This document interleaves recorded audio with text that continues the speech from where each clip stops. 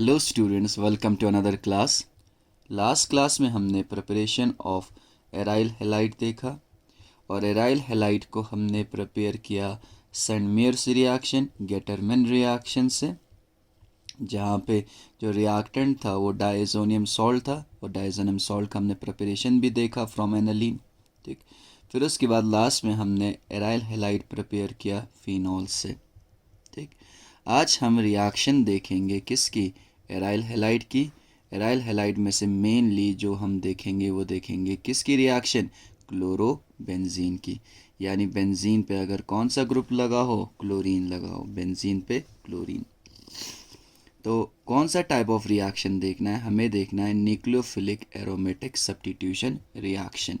ठीक, जिसमें हम क्लोरीन को रिप्लेस करेंगे किससे, OH ग्रुप से, यानी हाइड्रोक्सिल ग्रुप से। Chlorobenzene can be converted into phenol by heating in aqueous sodium hydroxide solution at temperature of 632 Kelvin and a pressure of 300 atmosphere। यानी क्लोरोबेंजीन को आप किस में कन्वर्ट कर सकते हो, फिनॉल में कन्वर्ट कर सकते हो। अब फिनॉल किसे कहेंगे, अब देखिए इस रिएक्शन में हमें करना क्या है। इस रिएक्शन में हमें न्यूक्लियोफिलिक एरोमेटिक सब्स्टिट्यूशन रिएक्शन करना है। यानी इस एरोमेटिक रिंग पे न्यूक्लियोफाइल क्या करेगा, सब्स्टिट्यूट करेगा, किसको करेगा, लिविंग ग्रुप को। लिविंग इस केस में क्या है, क्लोरीन है। अब न्यूक्लियोफाइल फिर इस केस में क्या होगा, क्लोरीन को किससे रिप्लेस करना है, OH, तो OH हमारा क्या होगा, न्यूक्लियोफाइल होगा। तो बेंजीन रिंग पे क्या अटैच हो जाएगा, OH अटैच हो जाएगा। और अगर बेंजीन रिंग पे OH होता है तो उस कंपाउंड को हम क्या कहते हैं, फिनॉल कहते हैं। यानी एरोमेटिक अल्कोहल को हम क्या कहेंगे, फिनॉल कहेंगे। ठीक है, तो अगर क्लोरोबेंजीन को किस में कन्वर्ट करना हो, फिनॉल में कन्वर्ट करना हो, तो हम किसके साथ रिएक्शन कराएंगे, सोडियम हाइड्रोक्साइड के साथ, जिस पे Na पे पॉजिटिव चार्ज होगा, OH पे क्या चार्ज होगा, नेगेटिव चार्ज होगा। अब ये OH एज ए न्यूक्लियोफाइल की तरह ऐड करेगा और इस क्लोरीन को रिप्लेस करेगा, सब्स्टिट्यूट करेगा, और Cl नेगेटिव यहाँ पे क्या होगा, लिविंग ग्रुप होगा। लेकिन जो टेम्परेचर रिक्वायरमेंट है इस रिएक्शन के लिए वो 623 केल्विन है, यानी 623 kelvin and 300 atmospheric pressure. That means under very harsh condition क्या हो रहा है, क्लोरोबेंजीन फिनॉल में कन्वर्ट हो रहा है। ठीक है, यानी इतनी आसानी से OH जो है क्लोरीन को रिप्लेस नहीं करेगा क्लोरोबेंजीन में। क्यों, क्योंकि हम यहाँ पे क्या यूज़ कर रहे हैं, बहुत हार्श कंडीशन यूज़ कर रहे हैं। और हार्श कंडीशन यूज़ करना क्यों पड़ा, क्योंकि देखिए बेंजीन इलेक्ट्रॉन रिच है। बेंजीन क्या है, इलेक्ट्रॉन रिच है। और ये जो क्लोरीन है ये बेंजीन रिंग में इलेक्ट्रॉन डेंसिटी इंक्रीज करता है, क्या करके, +R इफेक्ट शो करके, प्लस रेजोनेंस इफेक्ट शो करके, जिसकी वजह से इलेक्ट्रॉन रिच स्पीशीज अटैक नहीं कर पाएगा आसानी से। हाँ, अगर यहाँ इलेक्ट्रोफाइल होता तो इलेक्ट्रोफाइल आसानी से क्लोरोबेंजीन के साथ रिएक्ट करके क्या दे देता, प्रोडक्ट दे देता। लेकिन यहाँ पे क्या है, न्यूक्लियोफाइल है, इलेक्ट्रॉन रिच, बेंजीन रिंग भी क्या है, इलेक्ट्रॉन रिच, तो दोनों के बीच में क्या नहीं हो पाएगा, रिएक्शन उतनी आसानी से नहीं हो पाएगा। इस वजह से हम हार्श कंडीशन क्या करते हैं, यूज़ करते हैं। Because a nucleophile substitute for a leaving group on an aromatic ring, क्योंकि न्यूक्लियोफाइल जो है OH नेगेटिव किसको सब्स्टिट्यूट कर रहा है, लिविंग ग्रुप को, किस पे, एरोमेटिक रिंग पे ना। This class of reaction is called, इस क्लास ऑफ रिएक्शन को हम क्या बोलेंगे, न्यूक्लियोफिलिक, क्योंकि न्यूक्लियोफाइल आया, एरोमेटिक क्योंकि बेंजीन रिंग है, एरोमेटिक है, और क्या हो रहा है, सब्स्टिट्यूशन हो रहा है ना, Cl के जगह क्या आ रहा है, OH आ रहा है। अब क्या होगा अगर हम क्या करें, इस रिंग को क्या करें, थोड़ा सा इलेक्ट्रॉन डेफिशिएंट बनाएं, रिंग को क्या बनाएं, इलेक्ट्रॉन डेफिशिएंट बनाएं, तो ये OH नेगेटिव यानी न्यूक्लियोफाइल आसानी से बेंजीन रिंग पे क्या कर सकता है, अटैक कर सकता है। यहाँ हार्श कंडीशन क्यों यूज़ करना पड़ रहा है, क्योंकि दोनों इलेक्ट्रॉन रिच हैं और 2 इलेक्ट्रॉन रिच के बीच में रिएक्शन जो होता है बहुत ही मुश्किल होता है। ठीक है, तो एक को तो इलेक्ट्रॉन डेफिशिएंट बनाना पड़ेगा। न्यूक्लियोफाइल तो ऑलरेडी इलेक्ट्रॉन रिच है, तो किसको हम इलेक्ट्रॉन डेफिशिएंट बना सकते हैं? क्लोरोबेंजीन को। अगर आप क्लोरोबेंजीन को अगर इलेक्ट्रॉन डेफिशिएंट बनाओगे तो इस पे कौन आसानी से अटैक कर सकता है? न्यूक्लियोफाइल आसानी से अटैक कर सकता है। तो इलेक्ट्रॉन डेफिशिएंट बनाने के लिए हम इस रिंग के साथ क्या अटैच करेंगे? इलेक्ट्रॉन विड्रॉइंग ग्रुप अटैच करेंगे लाइक NO2। तो ये NO2 क्या करेगा? बेंजीन रिंग से इलेक्ट्रॉन डेंसिटी क्या करेगा? विड्रॉ करेगा, बाहर निकालेगा, रिंग को इलेक्ट्रॉन डेफिशिएंट बनाएगा। तो ये जो न्यूक्लियोफाइल है वो आसानी से किस पे अटैक करके? इस कार्बन पे अटैक करके यहाँ से क्या रिमूव कर सकता है? Cl को रिमूव करके उसको रिप्लेस कर सकता है। ठीक है, इलेक्ट्रॉन विड्रॉइंग ग्रुप को हम कहाँ पे अटैच करेंगे? ऑर्थो पोजीशन पे। देखो क्लोरीन के रेस्पेक्ट में ये ऑर्थो पोजीशन है, ये मेटा पोजीशन है, ये पैरा पोजीशन है। ये ऑर्थो हो गया, ये मेटा होगा। तो नाइट्रो ग्रुप को हम अटैच करेंगे कहाँ पे?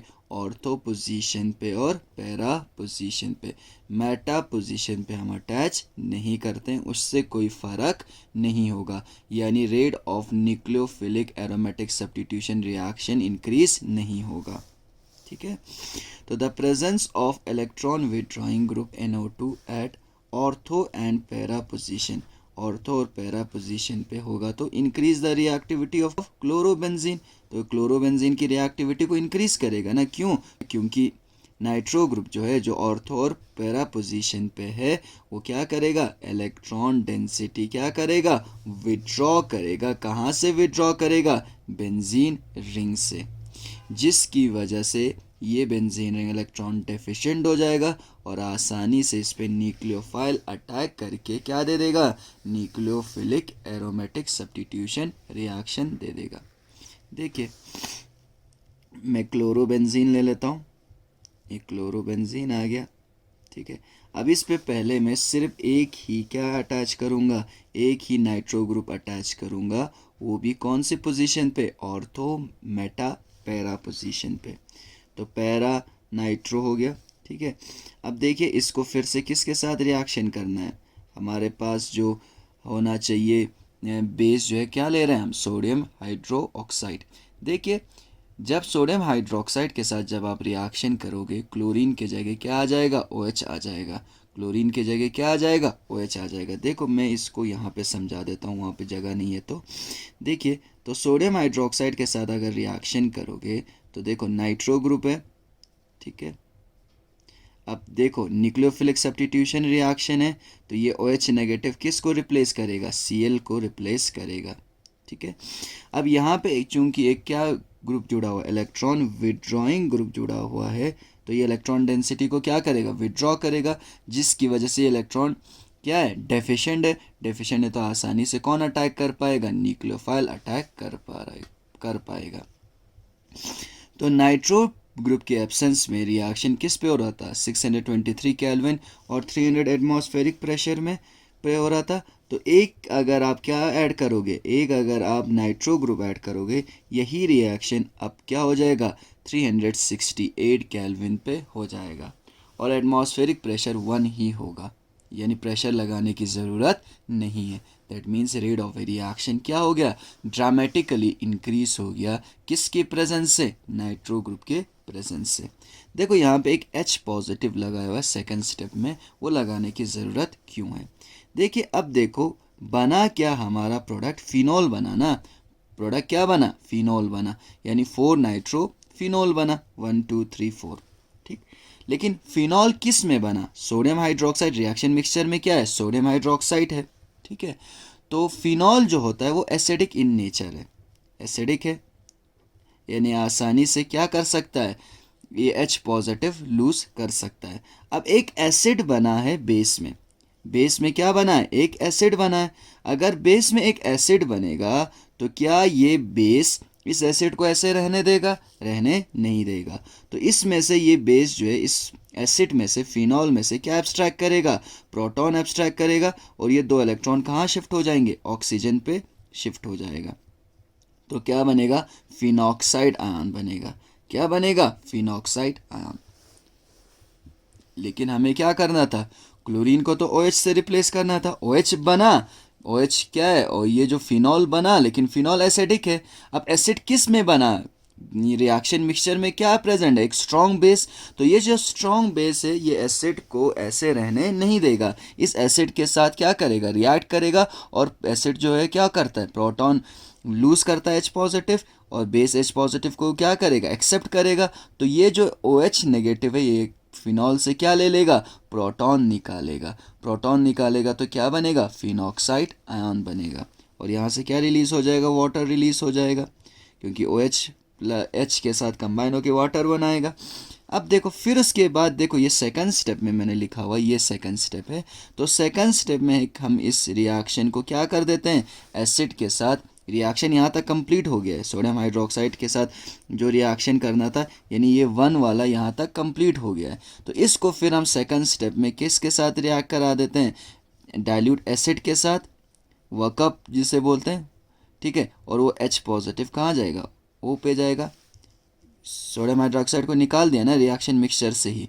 अब हम फिर उसके बाद इस प्रोडक्ट को बाहर निकाला, इस प्रोडक्ट को हमने किसके साथ रिएक्ट कराया, एसिड के साथ। तो H पॉजिटिव कहाँ जाएगा, O नेगेटिव पे। तो हमें प्रोडक्ट मिल जाएगा 4 नाइट्रोफिनॉल।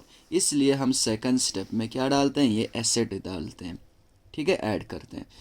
क्योंकि फर्स्ट स्टेप में जो फिनॉल बनेगा बेस में बनेगा, बेस जो है फिनॉल एसिडिक इन नेचर है। एसिडिक क्यों है, क्योंकि ये फिनॉक्साइड आयन जो है एक्स्ट्रा स्टेबल होता है ड्यू टू रेजोनेंस। यहाँ 4 रेजोनेटिंग स्ट्रक्चर्स बनेंगे, ठीक है। तो इसको फिर फिनॉक्साइड आयन में कन्वर्ट होगा, तो फिर फिनॉक्साइड आयन को फिनॉल में कन्वर्ट कौन करेगा, ये H पॉजिटिव करेगा, ठीक है। अब देखिए यहाँ तो मैंने क्या ऐड किया है, एक ही नाइट्रो ग्रुप ऐड किया है। अब मैं क्या करता हूँ, 2 नाइट्रो ग्रुप ऐड करता हूँ, एक अब ऑर्थो पोजीशन पे, एक पैरा पोजीशन पे। यहाँ पे क्या था, सिर्फ मैंने पैरा पे किया था, यहाँ मैंने ऑर्थो पे भी किया, पैरा पे भी किया। पहले स्टेप में क्या है, सोडियम हाइड्रोक्साइड है। अब देखिए ये हो जाएगा कितने में, ये सॉरी पहले वाला हो रहा था 443 केल्विन पे, ठीक है। कितने पे हो रहा था, 443 केल्विन पे। ये रिएक्शन होगा 368 केल्विन पे। देखो टेम्परेचर डिक्रीज हो गया, क्या लगाने से, नाइट्रो ग्रुप लगाने से। क्यों, क्योंकि रेट ऑफ रिएक्शन जो होगा अब इंक्रीज होगा। इंक्रीज क्यों होगा, क्योंकि ये इलेक्ट्रॉन डेंसिटी को विड्रॉ करेगा, विड्रॉ करे क्या करेगा, रिंग को इलेक्ट्रॉन डेफिशिएंट बनाएगा, जिस पे न्यूक्लियोफाइल आसानी से क्या कर सकता है, अटैक कर सकता है। तो Cl के जगह क्या आ जाएगा, OH आ जाएगा। लेकिन OH किस में बन रहा है, बेस में। तो इसको किसके साथ वर्कअप करना पड़ेगा, एक एसिड के साथ। जो तीसरा और आखिरी में हम क्या कर सकते हैं, जो क्लोरोबेंजीन हम ले सकते हैं, उसमें हम ऑर्थो पोजीशन 2 है ना हमारे पास, पैरा तो 1 है, ठीक है। दोनों ऑर्थो पोजीशन पे और पैरा पोजीशन पे क्या अटैच कर सकते हैं, नाइट्रो ग्रुप। तो इस केस में सिर्फ इस रिएक्टेंट को क्या करने की ज़रूरत है, वार्म करने की ज़रूरत है, और वाटर के साथ रिएक्शन करने की ज़रूरत है। Cl को कौन रिप्लेस कर लेगा, Cl को रिप्लेस कर लेगा OH, और हमें प्रोडक्ट दे देगा। दैट मीन्स अगर 3 नाइट्रो ग्रुप आप अटैच करोगे, 2 ऑर्थो पोजीशन पे और एक पैरा पोजीशन पे, तो ये ना इलेक्ट्रॉन डेंसिटी विड्रॉ कर लेगा कि ये हाईली इलेक्ट्रॉन डेफिशिएंट बन जाएगा बेंजीन रिंग, जिसकी वजह से क्लोरोबेंजीन का न्यूक्लियोफिलिक एरोमेटिक सब्स्टिट्यूशन रिएक्शन होगा, वो सिर्फ वार्म करने पे ही हो जाएगा। यानी ना प्रेशर बढ़ाने की ज़रूरत है, ना ज़्यादा हीट देने की ज़रूरत है, सिर्फ रिएक्शन मिक्सचर को वार्म कर दो, ये रिएक्शन हो जाएगा, ठीक है। क्यों हो रहा है, क्योंकि नाइट्रो ग्रुप्स बेंजीन रिंग को हाईली इलेक्ट्रॉन डेफिशिएंट बना रहा है, जिसकी वजह से ये इलेक्ट्रॉन डेफिशिएंट पे न्यूक्लियोफाइल OH आसानी से अटैक कर पाएगा और हमें क्या दे देगा, प्रोडक्ट दे देगा, ठीक है। अब देखिए the effect is pronounced, effect कब ज़्यादा है, मैंने कहा था जब नाइट्रो ग्रुप को इंट्रोड्यूस करोगे किस पे, ऑर्थो और पैरा पोजीशन पे। देखो नाइट्रो ग्रुप को हमने कहाँ इंट्रोड्यूस किया, ortho, ortho para, para, ortho, ortho, ठीक है। However effect no effect on reactivity of chlorobenzene is observed, यानी क्लोरोबेंजीन की रिएक्टिविटी पे कोई इफेक्ट हमें देखने को नहीं मिलता है अगर इलेक्ट्रॉन विड्रॉइंग ग्रुप किस पोजीशन पे हो, मेटा पोजीशन पे हो। इसके बारे में हमें क्लियरली आइडिया मिलेगा जब हम मैकेनिज़्म देखेंगे। तो अब हम मैकेनिज़्म देखेंगे किसका, क्लोरोबेंजीन यानी सब्स्टिट्यूटेड क्लोरोबेंजीन का रिएक्शन जब हम किसके साथ करते हैं, स्ट्रॉन्ग बेस के साथ करते हैं। यानी वो क्लोरोबेंजीन जिस पे क्या जुड़ा हो, इलेक्ट्रॉन विड्रॉइंग ग्रुप जुड़ा हो, उसका जब हम किसके साथ, बेस के साथ रिएक्शन करते हैं और क्या करते हैं, न्यूक्लियोफिलिक एरोमेटिक सब्स्टिट्यूशन रिएक्शन करते हैं, उसका मैकेनिज़्म क्या होगा। दो हमें मैकेनिज़्म पढ़ना है। एक मैकेनिज़्म में, पहले वाले मैकेनिज़्म में हम देखेंगे वो ऐसे क्लोरोबेंजीन का मैकेनिज़्म पढ़ेंगे जिस पे इलेक्ट्रॉन विड्रॉइंग ग्रुप जुड़ा हुआ हो, यानी एक डीएक्टिवेटिंग ग्रुप जुड़ा हुआ हो जो रिंग को क्या करे, डीएक्टिवेट करे। और दूसरा मैकेनिज़्म हम पढ़ेंगे एक ऐसे क्लोरोबेंजीन का जो डीएक्टिवेटेड ना हो, जिस पे एक इलेक्ट्रॉन विड्रॉइंग के बजाय एक इलेक्ट्रॉन डोनेटिंग ग्रुप जुड़ा हुआ हो। पहले हम मैकेनिज़्म देखेंगे उस क्लोरोबेंजीन के लिए जिस पे क्या जुड़ा हुआ हो, जिस पे इलेक्ट्रॉन विड्रॉइंग ग्रुप जुड़ा हुआ हो। अब देखिए जो पहला मैकेनिज़्म है एडिशन एलिमिनेशन मैकेनिज़्म, और जो दूसरा मैकेनिज़्म होगा वो होगा एलिमिनेशन एडिशन मैकेनिज़्म, या जिसको हम बेंजाइन मैकेनिज़्म भी कहते हैं। तो the addition elimination mechanism require strong electron withdrawing group to stabilize the negative charge sigma complex, यानी एडिशन एलिमिनेशन मैकेनिज्म उस क्लोरोबेंजीन में होगा जिसमें एक क्या जुड़ा हुआ, एक या एक से ज़्यादा स्ट्रॉन्ग इलेक्ट्रॉन विड्रॉइंग ग्रुप जुड़ा हुआ हो, यानी नाइट्रो ग्रुप जुड़ा हुआ हो। क्यों ज़रूरी है नाइट्रो ग्रुप, क्यों होना चाहिए एडिशन एलिमिनेशन मैकेनिज्म में, क्योंकि वो जो इलेक्ट्रॉन विड्रॉइंग ग्रुप होगा क्या करेगा, स्टेबलाइज करेगा किसको, सिग्मा कॉम्प्लेक्स को। और क्यों, क्योंकि सिग्मा कॉम्प्लेक्स पे क्या चार्ज होगा, नेगेटिव चार्ज होगा। और हमने कहा था जब हमने कार्बो एनाइन पढ़ा था कि इलेक्ट्रॉन विड्रॉइंग ग्रुप कार्बो एनाइन को क्या करता है, स्टेबलाइज करता है। क्यों, क्योंकि कार्बो एनाइन अनस्टेबल क्यों है, रिएक्टिविटी ज़्यादा क्यों है, क्योंकि कार्बो एनाइन पे इलेक्ट्रॉन डेंसिटी ज़्यादा है। तो इलेक्ट्रॉन डेंसिटी जब कम होगा तो क्या होगा, रिएक्टिविटी भी कम हो जाएगी, स्टेबिलिटी इंक्रीज हो जाएगा। तो इलेक्ट्रॉन डेंसिटी कार्बो एनाइन पे कब कम होगा, जब उस पे साथ एक इलेक्ट्रॉन विड्रॉइंग ग्रुप अटैच होगा। तो एडिशन एलिमिनेशन मैकेनिज्म का जो पहला स्टेप है वो क्या है, attack by nucleophile. Nucleophile attack करेगा बेंजीन रिंग पे और हमें एक रेजोनेंस स्टेबलाइज क्या देगा, सिग्मा कॉम्प्लेक्स देगा। तो मैं जो रिएक्टेंट ले रहा हूँ इस केस में वो मैं ले रहा हूँ क्लोरीन है, ठीक है, और क्लोरीन के साथ नाइट्रो ग्रुप अटैच है कौन से पोजीशन पे, पैरा पोजीशन पे, ठीक है, और कौन से पोजीशन पे, ऑर्थो पोजीशन पे, ठीक है। तो अब इसका रिएक्शन जो पहला रिएक्शन होगा काफ़ी ज़्यादा स्लो रिएक्शन होगा और फॉर्मेशन ऑफ क्या होगा, सिग्मा कॉम्प्लेक्स। तो देखिए इसका रिएक्शन किसके साथ करना है, न्यूक्लियोफाइल के साथ। अब न्यूक्लियोफाइल कहाँ अटैक करेगा, न्यूक्लियोफाइल अटैक करेगा कार्बन पे जिस कार्बन के साथ लिविंग ग्रुप यानी क्लोरीन अटैच है। तो अगर इस कार्बन के साथ तो 5 बॉन्ड हो जाएगा, 4 तो पहले से ही है, तो ये पाई बॉन्ड कहाँ शिफ्ट हो जाएगा, उस कार्बन पे, कौन से कार्बन पे, जिसके साथ नाइट्रो ग्रुप जुड़ा हुआ हो, यानी ऑर्थो पोजीशन पे जाएगा। तो देखिए रेजोनेंस स्टेबलाइज सिग्मा कॉम्प्लेक्स बनेगा, ठीक है।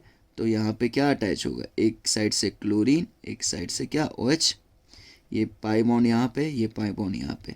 इस कार्बन पे क्या चार्ज है, नेगेटिव चार्ज है, और ये कार्बन किसके साथ जुड़ा हुआ है, नाइट्रो। नाइट्रो को अगर हम स्ट्रक्चर देखें तो नाइट्रोजन पे पॉजिटिव चार्ज, फिर डबल बॉन्ड O, फिर सिंगल बॉन्ड ऑक्सीजन, और इस ऑक्सीजन पे क्या चार्ज होगा, नेगेटिव चार्ज। ये हो गया ऑर्थो पोजीशन पे।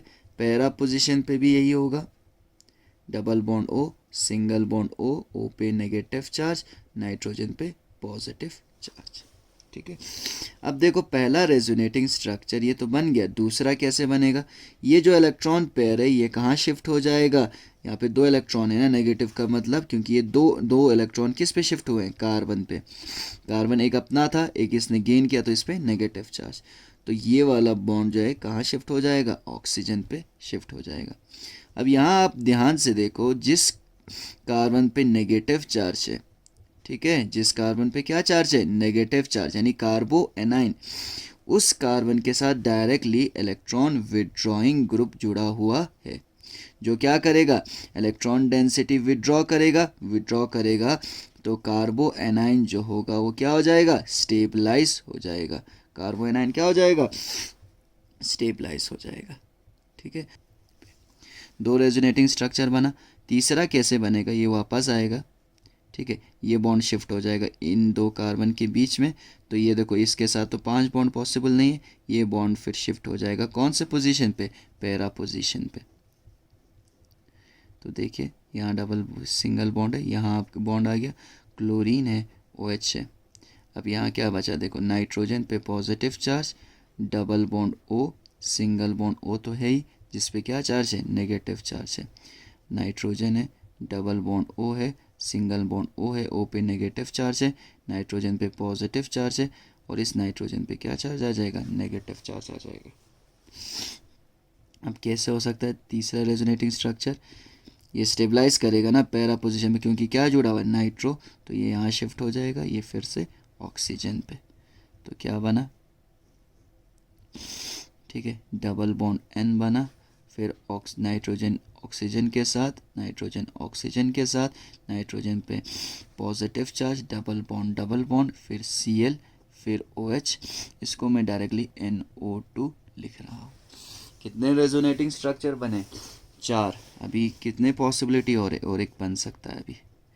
देखो, ये वापस आया, ये कहाँ शिफ्ट हो गया, कार्बन और कार्बन के बीच में 5 बॉन्ड पॉसिबल नहीं है, ये वाला बॉन्ड कहाँ शिफ्ट हो गया, ऑर्थो पोजीशन पे। अगर इस ऑर्थो पोजीशन पे और एक नाइट्रो ग्रुप जुड़ा होता तो और एक रेजोनेटिंग स्ट्रक्चर ज़रूर बनता।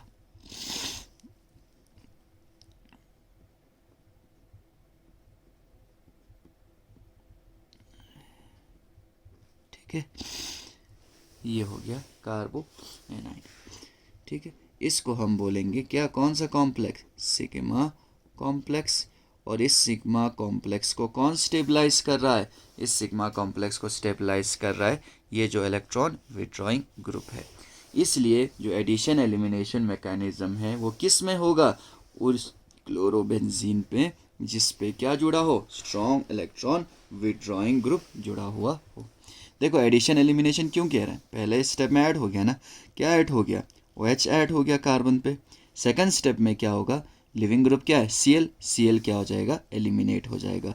इसलिए हम बोलते हैं एडिशन एलिमिनेशन मैकेनिज्म। देखिए, तो सेकंड स्टेप में क्या होगा, loss of the leaving group होगा, और हमें क्या दे देगा, प्रोडक्ट दे देगा।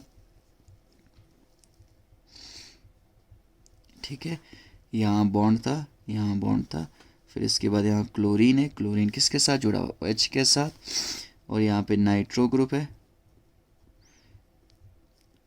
पैरा पोजीशन पे, और ऑर्थो पोजीशन पे भी क्या है, नाइट्रो ग्रुप है। और इस कार्बन पे क्या चार्ज था, नेगेटिव चार्ज था। तो कैसे निकलेगा लिविंग ग्रुप, ये जो 2 इलेक्ट्रॉन है वापस आ जाएगा कार्बन और कार्बन के बीच में, तो 5 बॉन्ड इसका पॉसिबल नहीं है, यहाँ से क्या निकल जाएगा, Cl नेगेटिव निकल जाएगा। तो सिग्मा कॉम्प्लेक्स जो है क्या हो जाएगा, ये किस में कन्वर्ट हो जाएगा, फास्ट होगा। ये पहला वाला काफ़ी स्लो था, एरोमेटिसिटी लूज हो रहा था, यहाँ रीगेन ऑफ एरोमेटिसिटी होगा तो फास्ट होगा। ये सिंगल बॉन्ड, यहाँ क्या बचा, OH, दैट मीन्स Cl को किसने रिप्लेस कर दिया, OH ने। N पे क्या चार्ज होगा, positive, double bond O, single bond O negative, फिर ये क्या है, नाइट्रो ग्रुप। ये हमारा क्या बनेगा, प्रोडक्ट बनेगा 2,4 डाइनाइट्रोफिनॉल। ठीक है, फिर से वही सेम चीज़ होगा जो हमने पहले देखा था, जो मैंने डिस्कस किया था। ठीक है, प्रोडक्ट तो बना, प्रोडक्ट क्या बना, फिनॉल बना, लेकिन रिएक्शन मिक्सचर में क्या प्रेजेंट था, NaOH, OH नहीं था ना, NaOH, सोडियम हाइड्रोक्साइड यानी बेस क्या था, प्रेजेंट था। तो फिनॉल जो ही बनेगा बेसिक मीडियम में, क्योंकि फिनॉल एसिडिक है, एसिडिक एसिड अगर बेस बेस में बनता है तो बेस एसिड को ऐसे रहने नहीं देगा, वो बेस एसिड से क्या ले लेगा, प्रोटॉन ले लेगा। तो देखिए जो हमने पहले डिस्कस किया था वही सेम चीज़ है, ठीक है। ये एक फिनॉल है, ठीक है। देखो उसको कौन डीप्रोटोनेट करेगा, उसको डीप्रोटोनेट करेगा सोडियम हाइड्रोक्साइड, क्योंकि फिनॉल किस में फॉर्म हुआ है, सोडियम हाइड्रोक्साइड में फॉर्म हुआ है। तो फॉर्म हुआ है तो ये सोडियम हाइड्रोक्साइड जो है फिनॉल को रहने नहीं देगा। क्यों नहीं रहने देगा, क्योंकि फिनॉल एसिड है और सोडियम हाइड्रोक्साइड क्या है, बेस। बेस है तो एसिड H पॉजिटिव लूज करता है, H पॉजिटिव लूज करता है और बेस जो है उस H पॉजिटिव को क्या कर लेगा, एक्सेप्ट कर लेगा। तो ये फिनॉल का जो H नेगेटिव है वो प्रोटॉन एब्स्ट्रैक्ट करेगा, प्रोटॉन एब्स्ट्रैक्ट करेगा तो ये जो बॉन्ड होगा बिटवीन हाइड्रोजन एंड ऑक्सीजन वो किस पे शिफ्ट हो जाएगा, ऑक्सीजन पे। तो ऑक्सीजन पे नेगेटिव चार्ज जिसका काउंटर आयन होगा Na पॉजिटिव, ठीक है। और पैरा पोजीशन पे भी NO2, ऑर्थो पोजीशन पे भी NO2। तो डीप्रोटोनेशन हो जाएगा किसका, फिनॉल का। कौन करेगा, बेस करेगा। क्यों करेगा, क्योंकि फिनॉल एसिड है और फॉर्म हुआ है किस में, बेस में।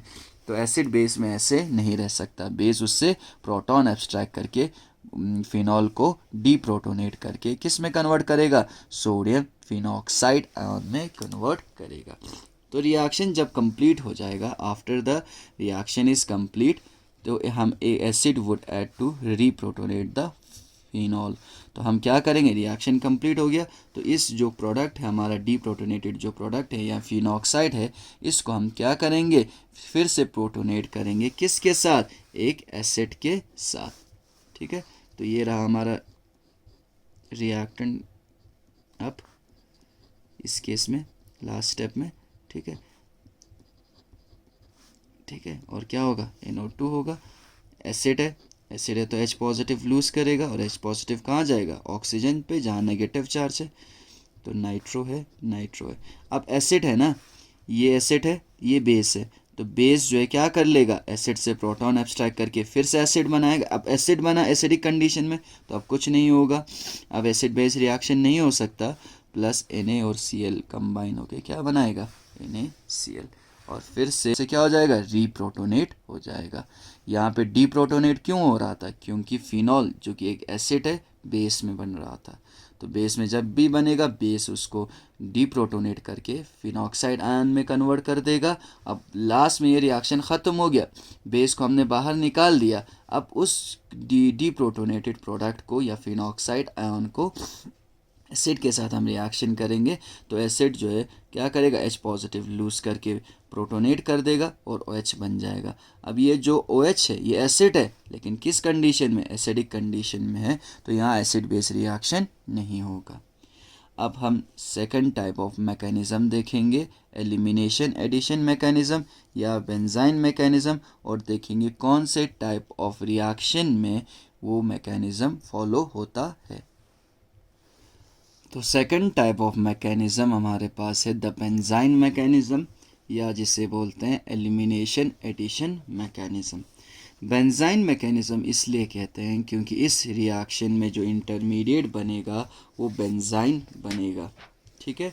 और बेंजाइन किसे कहते हैं आप सबको पता है, अगर पता नहीं है, याद नहीं है, तो फर्स्ट सेमेस्टर के नोट्स उठाओ इंटरमीडिएट के और वहाँ जाके देख लो कि बेंजाइन किसे कहते हैं, ठीक है। तो chlorobenzene react with sodium amide, यानी क्लोरोबेंजीन को हम किसके साथ रिएक्ट कराएंगे, सोडियम एमाइड के साथ, NaNH2, और हमें क्या दे देगा, एनालीन दे देगा। एनालीन कैसे देगा, क्लोरोबेंजीन है तो क्लोरोबेंजीन अगर होगा, ठीक है, तो यहाँ पे क्लोरीन के जगह क्या आ जाएगा, न्यूक्लियोफाइल जो होगा NH2 आ जाएगा। NH2 है क्योंकि Na पे क्या चार्ज होगा, पॉजिटिव चार्ज होगा, और NH2 पे क्या चार्ज होगा, नेगेटिव चार्ज होगा। Cl के जगह अब क्या आ जाएगा, NH2 आ जाएगा, ठीक है। तो क्या बना, अगर Cl है तो क्लोरोबेंजीन, अगर NH2 है तो क्या बन जाएगा, NH2 है जगह तो इसको हम बोलेंगे aniline. This reaction does not require high temperature, जैसे हमने देखा था ना पहले रिएक्शन में, जहाँ हमने क्लोरोबेंजीन को फिनॉल में कन्वर्ट किया था, वहाँ पे टेम्परेचर 623 केल्विन और 300 एटमॉस्फेरिक प्रेशर चाहिए होता था ना। हाई टेम्परेचर की वहाँ रिक्वायरमेंट थी, यहाँ पे हाई टेम्परेचर की रिक्वायरमेंट नहीं है। ये रिएक्शन हो जाएगा आराम से किस में, लिक्विड अमोनिया में, वो भी लो टेम्परेचर पे, यानी -33 डिग्री सेल्सियस पे। ठीक है, तो क्या आ जाएगा, यहाँ पे CH3 है ऑलरेडी प्रेजेंट। अब देखो जो हमने रिएक्शन देखा था वहाँ पे क्लोरो जो बेंजीन था वो डीएक्टिवेट किया था ना, ताकि रेट ऑफ रिएक्शन को इंक्रीज कर सके। और डीएक्टिवेट करने के लिए हमने ऑर्थो पोजीशंस पे और पैरा पोजीशंस पे नाइट्रो ग्रुप अटैच किया था। तो फिर उसके बाद जो मैकेनिज़्म फॉलो हुआ वो कौन सा मैकेनिज़्म था, एडिशन एलिमिनेशन मैकेनिज़्म था। लेकिन यहाँ पे जो रिएक्शन हो रहा है वो क्लोरोबेंजीन का तो है, लेकिन ये एक्टिवेटेड है, डीएक्टिवेटेड नहीं है। यहाँ पे मिथाइल ग्रुप अटैच है जो इस रिंग को क्या करेगा, इलेक्ट्रॉन डेंसिटी देगा।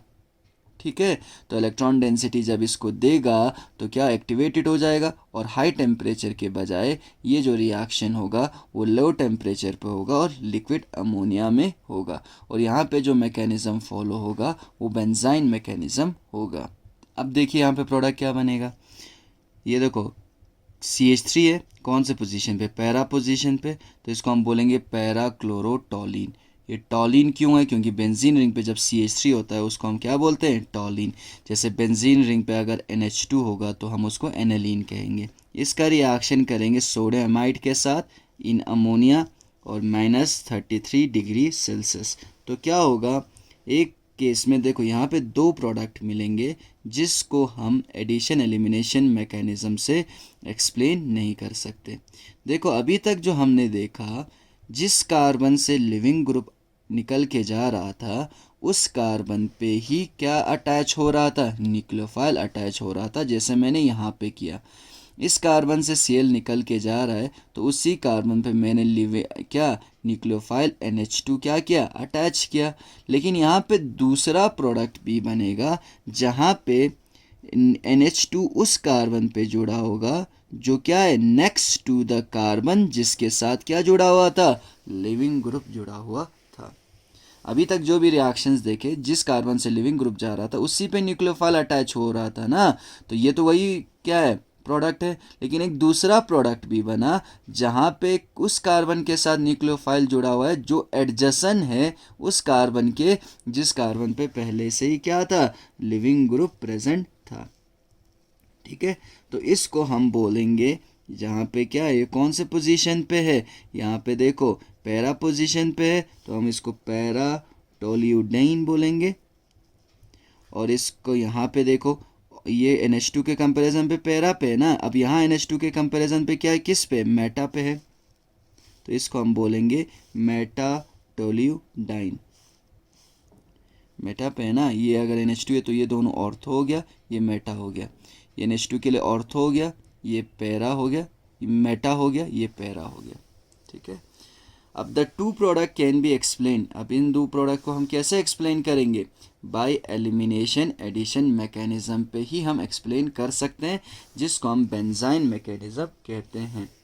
अब बेंजाइन मैकेनिज्म कब होगा, जब बेंजीन रिंग पे कोई भी स्ट्रॉन्ग इलेक्ट्रॉन विदड्रॉइंग ग्रुप जुड़ा हुआ नहीं होगा। अगर बेंजीन पे स्ट्रॉन्ग इलेक्ट्रॉन विदड्रॉइंग ग्रुप जुड़ा हुआ है तो एडिशन एलिमिनेशन मैकेनिज्म, अगर कोई स्ट्रॉन्ग इलेक्ट्रॉन विदड्रॉइंग ग्रुप नहीं जुड़ा हुआ तो जैसे कि इस केस में, तो यहाँ पे जो मैकेनिज्म होगा वो होगा एलिमिनेशन एडिशन मैकेनिज्म, या जिसको हम बेंजाइन मैकेनिज्म भी कहते हैं। 4 स्टेप्स में ये रिएक्शन होगा, देखिए कैसे होगा। पहला जो स्टेप है, deprotonation adjacent to the leaving group giving a carbanion. अब पहले में क्या होगा, देखो एलिमिनेशन होगा, पहले क्या होगा, एलिमिनेशन होगा, फिर उसके बाद जाके एडिशन होगा ना। अब ये एलिमिनेशन जो है 2 स्टेप्स में होंगे, देखो 2 स्टेप्स में कैसे होगा। पहले स्टेप में हाइड्रोजन डी जाएगा बाहर, यानी डी प्रोटोनेशन होगा, हाइड्रोजन यानी H पॉजिटिव पहले स्टेप में प्रोटॉन निकल के बाहर जाएगा H पॉजिटिव, कहाँ से, एडजेसेंट टू द कार्बन, जिस कार्बन पे क्या है, लिविंग ग्रुप जुड़ा हुआ है। यानी फर्स्ट स्टेप में क्या होगा, डीप्रोटोनेशन होगा। अब ये डीप्रोटोनेशन कौन करेगा, ये डीप्रोटोनेशन करेगा NH2 नेगेटिव, सोडा एमाइड में एमाइड, यानी जहाँ नाइट्रोजन पे क्या चार्ज है, नेगेटिव चार्ज है। ये आएगा, आके क्या करेगा, आके यहाँ से एडजेसेंट कार्बन, जिस कार्बन पे लिविंग ग्रुप है वहाँ से क्या एब्स्ट्रैक्ट करेगा, प्रोटॉन। अगर ये प्रोटॉन एब्स्ट्रैक्ट करेगा तो ये दोनों इलेक्ट्रॉन कहाँ शिफ्ट हो जाएंगे, इसी कार्बन पे शिफ्ट हो जाएंगे। तो क्या बनेगा, देखिए ये बेंजीन रिंग है, बॉन्ड था, यहाँ पे क्या जुड़ा हुआ है, क्लोरीन जुड़ा हुआ है। अब इस कार्बन के पास कितने इलेक्ट्रॉन्स होंगे, 2 इलेक्ट्रॉन्स होंगे, क्योंकि ये 2 इलेक्ट्रॉन्स जो है, एक कार्बन का अपना और एक हाइड्रोजन का, किस पे शिफ्ट हो गया, इस कार्बन पे, जिसकी वजह से इस कार्बन पे क्या चार्ज होगा, नेगेटिव चार्ज होगा। इसको हम क्या कहेंगे, कार्बोएनाइन कहेंगे, कार्बोनाइन। क्यों, क्योंकि कार्बन पे क्या चार्ज है, नेगेटिव चार्ज है, और NH2H के साथ मिलके क्या बनाएगा, NH3 यानी अमोनिया। एलिमिनेशन हो गया किसका, प्रोटॉन का। अभी एलिमिनेशन अभी कंप्लीट नहीं हुआ, और एक एलिमिनेशन भी होगा। तो the carbanion expels the leaving group, और ये जो कार्बोएनाइन है ये किसको एक्सपेल करेगा, निकाल के बाहर करेगा, लिविंग ग्रुप, जो इस केस में क्या है, Cl नेगेटिव, और हमारा जो इंटरमीडिएट है वो देगा, जिसे हम क्या बोलते हैं, बेंजाइन, जहाँ कार्बन और कार्बन के बीच में क्या होगा, बेंजीन में ट्रिपल बॉन्ड होगा, इंटरमीडिएट। तो इसलिए हम इस रिएक्शन मैकेनिज्म को क्या भी बोलते हैं, बेंजाइन मैकेनिज्म भी कहते हैं। तो ये देखिए, ये कार्बोएनाइन ऐसे था, ठीक है, कार्बन के साथ क्या जुड़ा हुआ था, CH3, और इस कार्बन पे लिविंग ग्रुप Cl था। अब इस कार्बन के पास क्या था, 2 इलेक्ट्रॉन और नेगेटिव चार्ज था, और जो कि बॉन्ड्स थे वो ऐसे ही थे, ठीक है। अब देखो क्या होगा, ये जो नेगेटिव चार्ज है ये शिफ्ट हो जाएगा बिटवीन कार्बन एंड कार्बन, ठीक है। अब इस कार्बन के तो 4 बॉन्ड है, लेकिन इसके 5 बॉन्ड हो गए, तो ये जो नेगेटिव चार्ज है ये किसको एक्सपेल करके बाहर कर देगा, Cl नेगेटिव को बाहर करेगा, जिसकी वजह से देखिए अब क्या बना, ठीक है, ये बॉन्ड ऑलरेडी था, यहाँ पे CH3 था, Cl बाहर निकला, तो इन 2 कार्बन के बीच में क्या फॉर्म हो गया, एक ट्रिपल बॉन्ड फॉर्म हो गया, जिसको हम बोलते हैं बेंजाइन, यानी benzene, BNZ for benzene, YNE for triple bond. यानी कार्बन और कार्बन के बीच में जब ट्रिपल बॉन्ड बनता है, उस इन बेंजीन, उस इंटरमीडिएट को हम बोलते हैं बेंजाइन। तो यहाँ पर जो इंटरमीडिएट बनेगा वो बेंजाइन इंटरमीडिएट बनेगा, और इसलिए हम इसको कहते थे बेंजाइन मैकेनिज्म। अब इस मैकेनिज्म में क्या होगा, एलिमिनेशन और एडिशन होगा। तो एलिमिनेशन 2 स्टेप्स में हुआ है, पहले एलिमिनेट हुआ है प्रोटॉन, फिर उसके बाद क्या एलिमिनेट हुआ है, लिविंग ग्रुप यानी Cl नेगेटिव, ठीक है। तो किस चीज़ का फॉर्मेशन हो गया, बेंजाइन का। एलिमिनेशन हो गया, अब क्या होगा, एडिशन होगा। एडिशन किस पे होगा, एडिशन होगा इस बेंजाइन पे। तो ये मेरे पास बेंजाइन आ गया।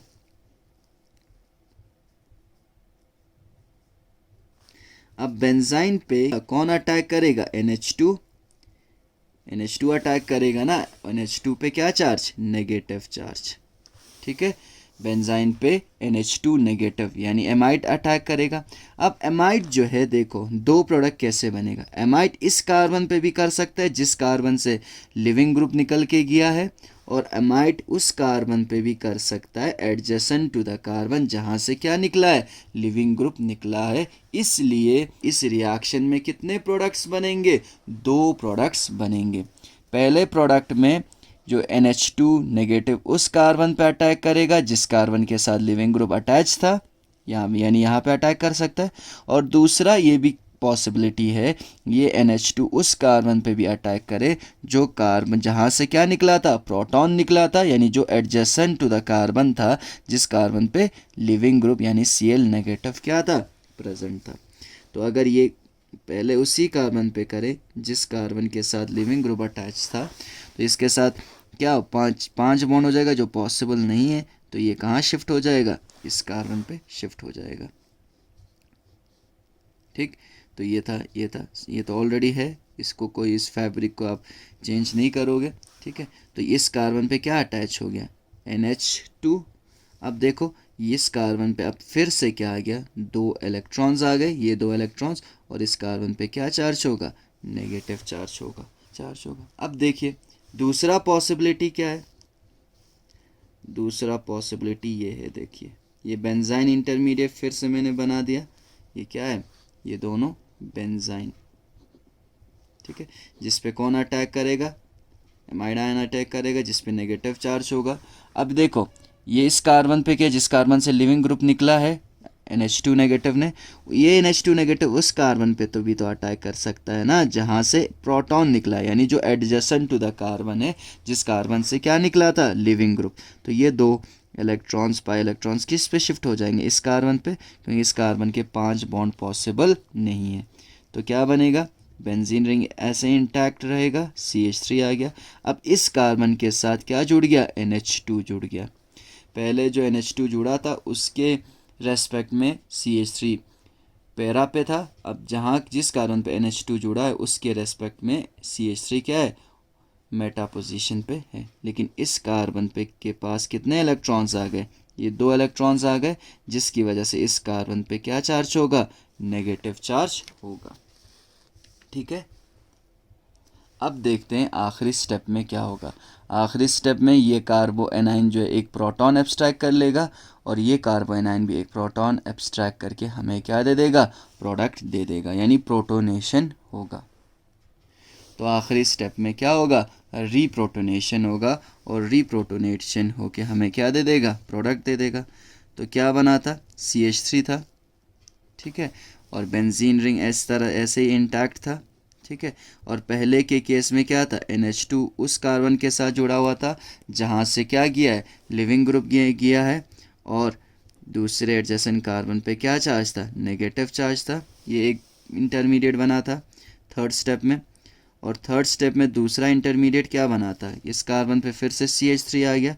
अब देखो जिस कार्बन से लिविंग ग्रुप निकला है उस कार्बन पे अब क्या था, नेगेटिव चार्ज था, और उसके एडजेसेंट कार्बन पे क्या अटैच हुआ था, NH2 अटैच हुआ था। अब क्या हो जाएगा, लास्ट स्टेप में प्रोटोनेशन होगा। फर्स्ट स्टेप में जो अमोनिया बना था, क्योंकि अमोनिया क्यों बना था, अमोनिया NH3 कैसे बना था, जब NH2 आया और इस पोजीशन से क्या लेके गया था, प्रोटॉन लेके गया था ना। फर्स्ट स्टेप में डिप्रोटोनेशन हुआ था ना, डिप्रोटोनेशन कहाँ से हुआ था, इस कार्बन से क्या लेके गया था, अमोनिया NH2 नेगेटिव प्रोटॉन लेके क्या बनाया था, अमोनिया बनाया था। अब वो अमोनिया आएगा, ठीक है, तो उस अमोनिया से ये कार्बो एनाइन जो है क्या एब्स्ट्रैक्ट करेगा, प्रोटॉन एब्स्ट्रैक्ट करेगा H पॉजिटिव, क्योंकि इसके पास ऑलरेडी एक इलेक्ट्रॉन है एक्स्ट्रा। तो ये 2 इलेक्ट्रॉन्स कहाँ शिफ्ट हो जाएंगे, नाइट्रोजन पे। तो क्या हो जाएगा, बेंजीन रिंग है, बेंजीन रिंग पे क्या जुड़ा हुआ है, CH3 जुड़ा हुआ है, ये आपके बॉन्ड्स हो गए, यहाँ NH2 है, और इस कार्बन पे क्या जुड़ जाएगा, हाइड्रोजन जुड़ जाएगा, प्लस NH2 जिसके पास इसका नाइट्रोजन के पास एक लोन पेयर ऑलरेडी था, ये 2 इलेक्ट्रॉन भी शिफ्ट हो गए, तो 2 लोन पेयर ऑफ इलेक्ट्रॉन हो गए, और इस पे क्या चार्ज होगा, नेगेटिव चार्ज होगा, फॉर्मेशन ऑफ पैराटोलिडाइन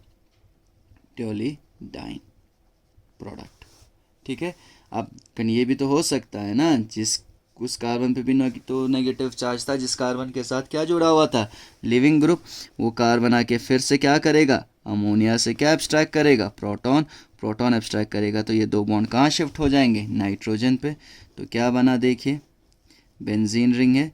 अब यहाँ पे क्या था, इस कार्बन के साथ NH2 था, इस कार्बन के साथ क्या था, CH3, क्या इस कार्बन के साथ क्या अटैच हो गया, हाइड्रोजन, प्लस क्या होगा, NH2 जिसके पास एक लोन पेयर ऑफ इलेक्ट्रॉन पहले से था, ये 2 इलेक्ट्रॉन भी शिफ्ट हो गए, तो 2 लोन पेयर ऑफ इलेक्ट्रॉन है, और नाइट्रोजन पे क्या चार्ज होगा, नेगेटिव चार्ज होगा। अब देखो एनालिन में कौन से पोजीशन पे है CH3, ऑर्थो मेटा, तो इसको हम बोलेंगे मेटाटोल्यूडाइन। ये था कौन सा मैकेनिज़्म, बेंजाइन मैकेनिज़्म, जिसको हम एलिमिनेशन एडिशन मैकेनिज़्म भी कहते हैं, ठीक है। ये कब होगा, जब बेंजीन रिंग एक्टिवेटेड होगा, यानी बेंजीन रिंग पे कोई strong electron withdrawing group present नहीं होगा। अगर बेंजीन पे strong electron withdrawing group present है like NO2 at ortho and para position, तो उस केस में जो मैकेनिज़्म फॉलो होगा वो एडिशन एलिमिनेशन मैकेनिज़्म होगा, यानी वहाँ एडिशन पहले होगा, एलिमिनेशन बाद में होगा। बेंजाइन मैकेनिज़्म में हमने देखा पहले एलिमिनेशन पहले हो रहा था, 2 स्टेप्स में हो रहा था। पहले जिस कार्बन पे क्या Cl जुड़ा हुआ था उसके एडजेसेंट से प्रोटॉन जा रहा था, डिप्रोटोनेशन। फिर सेकंड स्टेप में क्या गया, लिविंग ग्रुप यानी Cl नेगेटिव गया, और किस चीज़ का फॉर्मेशन हो गया, बेंजाइन का। तो 2 स्टेप में क्या हो गए, एलिमिनेशन हुआ। फिर थर्ड स्टेप में जाके किस कौन ऐड हुआ, न्यूक्लियोफाइल ने अटैक करके ऐड हुआ, न्यूक्लियोफाइल ऐड हुआ ना। तो फिर उसके बाद लास्ट स्टेप में क्या हुआ, फिर से रिप्रोटोनेशन होके प्रोडक्ट दे दिया। इसको हम बोलते हैं एलिमिनेशन एडिशन मैकेनिज़्म, और इंटरमीडिएट बेंजाइन बना तो benzene mechanism. Thank you very much. See you in next class.